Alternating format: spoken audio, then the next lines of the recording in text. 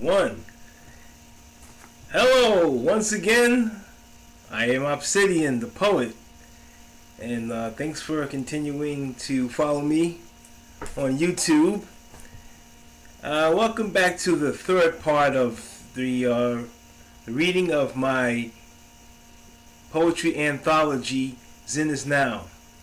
Last time I was reading, I had read half of the preface, and I promised to read the other half now, so that we can get that out of the way. You can understand what the premise of my anthology is about, and then we can get on to reading poetry.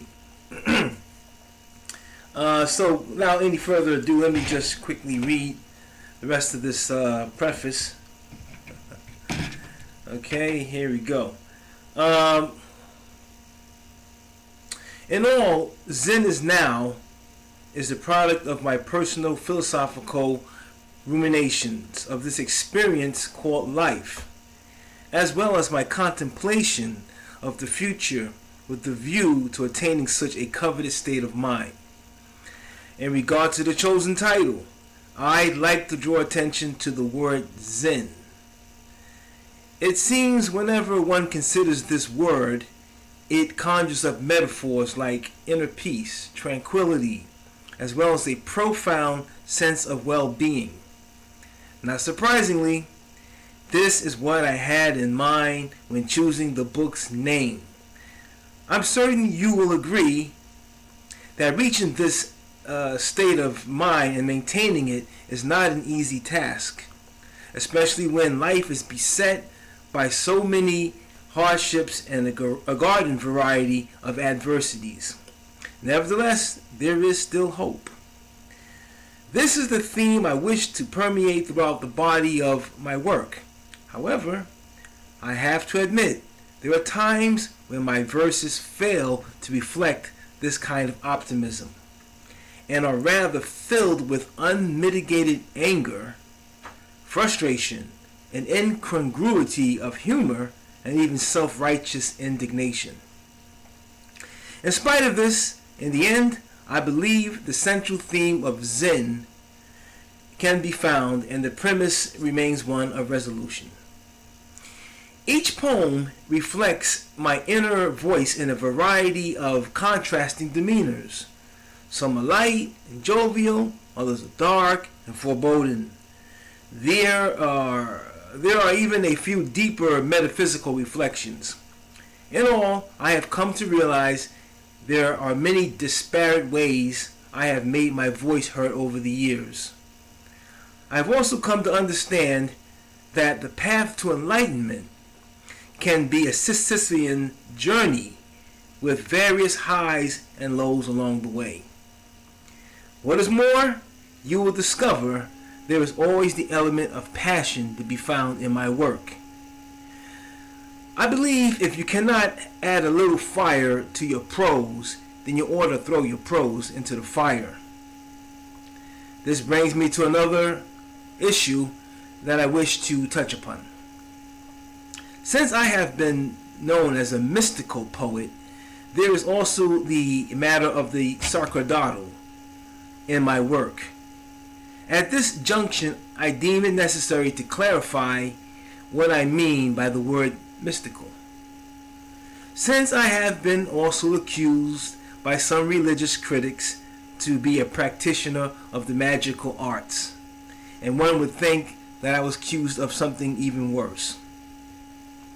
Whenever I say mystical, I am referring to matters which are close to the heart. Such things as love, the pain of loss, the sort of things which make you reflect deeply upon the meaning of life and its hidden influences. To me, these things are indeed a great mystery yet to be unraveled. In addition, those of you who are familiar with my poetry might recognize some of the changes I have made in several of the older verses, the more well-known proses. I made these adjustments, as I mentioned earlier, because I felt it more accurately conveyed the thoughts I originally intended when the verses were first put to pen. I hope that you'll relish these modified stanzas as well as much as you have the original. Lastly, I believe you will discover Zen Is Now to be a rare odyssey into the inner workings of my mind. It is my wish to take you into some of my more profound, esoteric ruminations about life and the highs and lows of everyday living in general. I hope you will also find it to be a celebration of the creative forces which shape our daily world in this grand experiment that we call being. My hope is that this book will prove to be an affirmation that no matter which road we travel, in the end, we will all meet at the same summit, at that eternal state of Zen. I encourage you to sit back with your favorite cup of Joe and enjoy this collection. So there's the preface. Thanks for enduring that.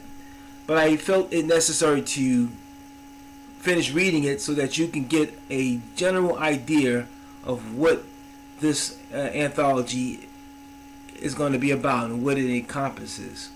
Keep in mind these poems were written over a period of 30 years. So in the 30-year period, that's 3 decades, one goes through many different changes in life. You go from different states of relationships, different places of dwelling, and we evolve as we grow older. So these poems will reflect some of these changes, as I mentioned in the preface. So the next time you tune in to the show, I will be reading the first poem from the anthology. The poem is entitled Poetry of My Dreams.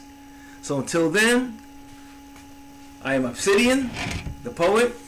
Thank you for tuning in and to part 3 of the reading of my anthology, Zen Is Now. And next time, I will be reading my first poem. So thanks for tuning in, and I'll see you soon. Bye-bye.